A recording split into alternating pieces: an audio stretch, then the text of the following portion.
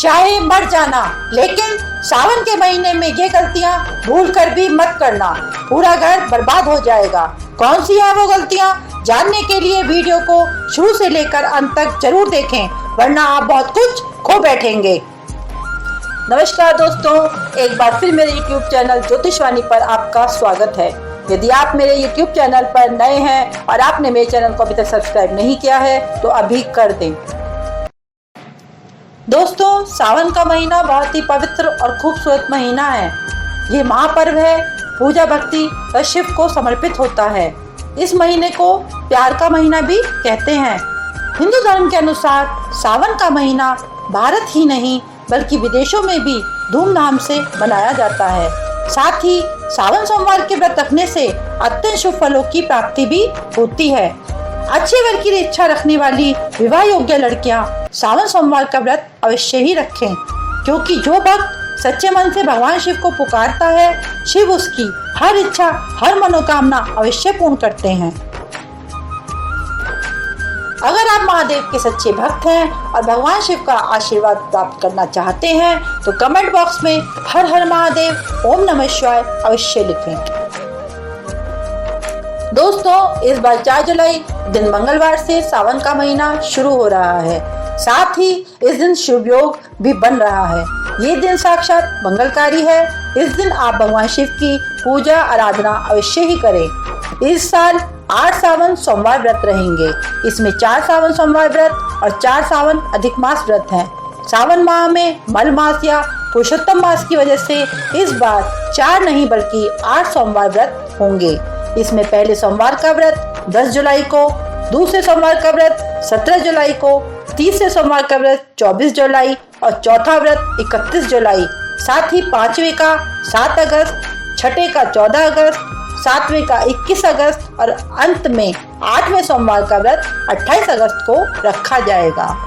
ऐसे में इस बार सावन पूरे 2 महीने का रहने वाला है, यानी कि पूरे 59 दिन भगवान शिव आपके घर में वास करने वाले हैं। तो आप सभी दिल खोलकर भगवान महादेव की भक्ति में लग जाइए। आपको बता दूं कि यह शुभ संयोग पूरे 19 वर्ष बाद आया है। दोस्तों, सावन का महीना भगवान भोलेनाथ को बहुत ही प्रिय होता है। शास्त्रों में कहा गया है कि अन्य दिनों की अपेक्षा सावन के महीने में भगवान शिव जल्दी प्रसन्न होते हैं। सावन के महीने में शिवलिंग पर अभिषेक करने से कई गुना फायदा मिलता है। हम पूजा के दौरान कई बार कुछ गलतियां कर बैठते हैं, इसलिए भगवान शिव की आराधना करते समय विशेष सावधानी रखें। सावन के महीने में सात्विक भोजन करना है आपको। सावन का महीना भगवान शिव को बहुत ही प्रिय होता है। इस कारण आपको मांस, मदिरा, लहसुन, प्याज का सेवन बिल्कुल नहीं करना है। सावन में हरी पत्तेदार सब्जियों का त्याग करना अच्छा होता है, क्योंकि सावन में हरी सब्जियों में पित्त बढ़ाने वाले तत्व की मात्रा बढ़ जाती है। इसके अलावा सावन के महीने में कीट पतंगों की संख्या भी बढ़ जाती है। दोस्तों, भगवान शिव को प्रसन्न करना इतना भी कठिन नहीं है। वे जिस भक्त पर प्रसन्न होते हैं उसके जीवन की सारी परेशानियां दूर कर देते हैं। लेकिन हमें इस बात को भी नजरअंदाज नहीं करना है कि शिव जी रुष्ट भी बहुत जल्दी होते हैं और उनका क्रोध इतना भीषण होता है कि व्यक्ति को पूरे जीवन इसके परिणाम भुगतने पड़ते हैं। इसलिए यदि आप नियमों का पालन पूर्ण श्रद्धा और विश्वास के साथ कर सकते हैं तभी आप सावन के व्रत रखें, अन्यथा नहीं। आइए जानते हैं कौन सी है वो गलतियां जो आपको भूलकर भी सावन के महीने में नहीं करनी है। दोस्तों, पहली गलती क्या है, जहाँ पर शिवलिंग रखा हो या महादेव की प्रतिमा हो वहां पर या आसपास भूलकर भी जूते चप्पल बिल्कुल न लेकर जाएं। सोचिए, जब कोई आपके कमरे में जूते चप्पल लेकर प्रवेश करे तो आपको कितना गुस्सा आता है। तो ऐसे ही महादेव भी ऐसे व्यक्ति से रुष्ट हो जाते हैं और पूजा करने के बाद भी शुभ फल अनिष्ट फलों में बदल जाते हैं। इसलिए मंदिर में नंगे पांव ही जाएं। दूसरी गलती खासकर महिलाओं के लिए जरूर सुने। अक्सर आपको पीरियड आ जाता है और आप बिना किसी को बताए पूजा पाठ कर लेती हैं, जो कि शास्त्रों में से पूरी तरह वर्जित माना गया है। यह भयंकर पाप की श्रेणी में आता है। ऐसे समय में आपको जानबूझकर अनजान बिल्कुल नहीं बनना चाहिए। यदि आप पीरियड से हैं तो घर के या बाहर किसी भी धार्मिक कार्य में भाग बिल्कुल ना लें। ना ही किसी पूजा स्थल पर जाएं, क्योंकि आपके ऐसा करने से देवी शक्तियां आपसे नाराज हो जाएंगी, आप पर क्रोधित हो जाएंगी। ऐसे समय में आप शिवलिंग को स्पर्श बिल्कुल ना करें, क्योंकि ये एक घोर पाप की श्रेणी में आता है। तीसरी गलती, शास्त्रों में बताया गया है कि जहाँ शिवलिंग होता है वहाँ सभी शक्तियाँ सक्रिय रहती हैं। यदि घर में शिवलिंग वास्तु के अनुसार स्थापित किया गया है और नियमित रूप से घर में पूजा की जाती हो, तो ऐसे व्यक्ति और उसके पूरे परिवार पर महादेव की पूर्ण कृपा हमेशा बनी रहती है। वास्तु के अनुसार शिवलिंग से हमेशा हर समय ऊर्जा का संचार होता रहता है, इसलिए शिवलिंग पर जल धारा हमेशा रहनी चाहिए, जिससे उसकी ऊर्जा शांत रहती है। कुछ लोग घर में शिवलिंग तो रख लेते हैं, लेकिन उस पर रोज जल अर्पित नहीं करते, जो बिल्कुल भी अच्छा नहीं होता। यदि आप रोज जल नहीं डाल सकते या हर रोज हर समय जल धारा का प्रबंध नहीं कर सकते, तो आप अपने घर में शिवलिंग को बिल्कुल भी स्थापित ना करें।